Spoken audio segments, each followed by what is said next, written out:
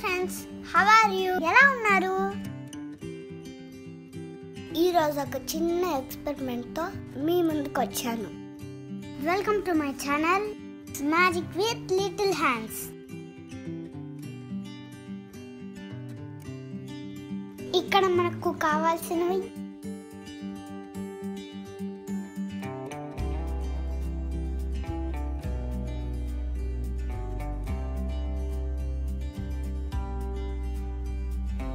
ఇప్పుడు మీకు నచ్చినట్టుగా ఫ్లవర్స్ ని డ్రా చేసుకోవాలి.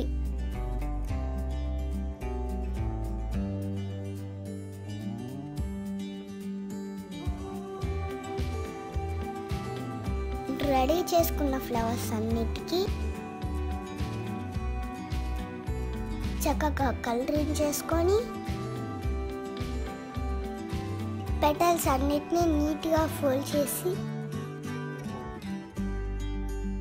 బై వన్ వాటర్లో వేయండి.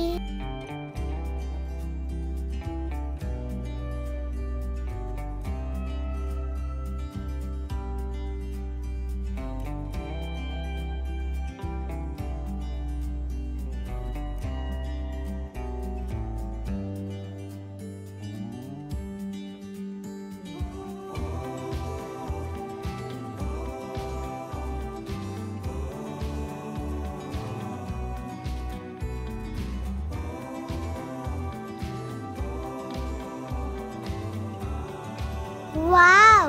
Flowers are blooming.